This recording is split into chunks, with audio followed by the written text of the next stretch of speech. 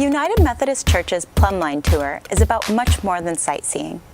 During their time in New York, youth were challenged to consider the connection between their faith and how they live out social justice issues. To hear more about those connections, let's welcome Camila Cotton from Morgan Park United Methodist Church in Chicago, Rudden Gardner from Barry United Methodist Church in Chicago, and Rachel Kim from Grace United Methodist Church in Lake Bluff. Thanks for joining me today. Thank you. Thank you. Thank you. So what brought the three of you to decide to commit to go on this tour? Well, my mom said it would be fun, but also I learned that the main focus would be about Islamophobia and how we can combat that in our daily lives. And I felt that because the current administration sort of seems to be one that focuses a lot on scapegoating and fear-mongering against Muslims and immigrants from the southern border, and I felt that this would be a good experience to show me like how it can sort of help my immediate community to be more accepting and tolerant. So you really connected to that main focus issue of the trip. Yeah. I thought it'd be a great way to make friends because my church doesn't have as many children in the congregation. So I thought it'd be a great way to meet people and to work through our faith together. I mean, I grew up United Methodist and my mom's a pastor, but I never really learned about like other religions and like how they might be affected by like bias and discrimination.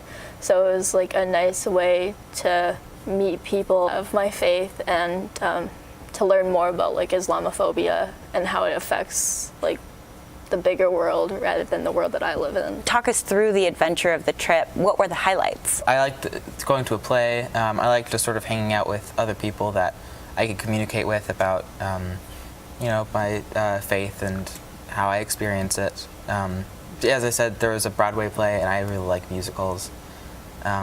My mom. So can you tell me more about the play? So you liked the format, but what was it about? Well, it's called The Band's Visit. It's about this band who is going to a party. They're from Egypt, and through some wacky miscommunication, they end up in a little town in Israel, and they sort of stay the night and wait for their bus to take them to the right place. While they're there, they just sort of experience the culture and the different people's stories who live there. What were other highlights? I heard you guys went to the United Nations? Yeah, it was really fun and to get to see everything. And we got to like actually I took so many pictures, I had to buy more storage in my phone. So yeah, we got to take a lot of pictures, and like we got to see like the place where they all meet up, like where where they would meet up and make decisions. I think my favorite part was Times Square, just because like everyone says it's such a pretty place, and like obviously it's where like the ball drops on New Year's Eve. But I've like never actually been there. What did you learn about Islamophobia, and how'd you learn it? Well, we watched a TED Ed about Islamophobia, and like it kind of got us a conversation started. I was talking to a person, and actually we started talking about other issues too, and it was just a great way to get like opinions flowing and to know that everyone's opinion is valid still, even if it's not the same. We heard the story of from the Bible of the woman who was about to get stoned. You who is without sin, cast the first stone. It was just sort of meant to show that you really have to take a look at yourself and like understand how like your problems might be able to be fixed by you, and like you being proactive and helping yourself instead of like directing your anger, your hatred and fear out to someone who doesn't really deserve it. Any other highlights from the trip? We went to the World Trade Center Memorial, and that sort of plays into the whole Islamophobia thing. It sounds like you did hear a lot about what the Bible has to say and got to have a lot of faith conversations with other youth. Is there anything you would say that you brought back that impacts your faith moving forward and your work moving forward? If you see the way that Muslim people get portrayed in movies, like they're always like portrayed as these angry terrorists. The Islam religion is so big, and I don't think we can take that and stereotype like every single Muslim person as an angry terrorist in that point of view. Definitely. Yeah, it was really interesting to see how like you could tried to not only told you how like you yourself could change to be more accepting and tolerant of others, but like how you can help others to do so as well, and help others to like see other, people that they might not have considered maybe even fully people, and like just sort of take a look at them and see, you know, we're all humans here. Do you see social justice playing an important role in your faith and in your church life? My church tries to be as accepting they can to like everyone who might be cast out by society. There are you know, a lot of people in the LGBTQ community in our church, and there are like many different races, and just it's sort of a mixing pot like the United States. Yeah, and I also think like faith is about coming together, so it's important for us to let everyone into the church and let everyone into the church community so that we can walk through our faith together. What was your favorite food?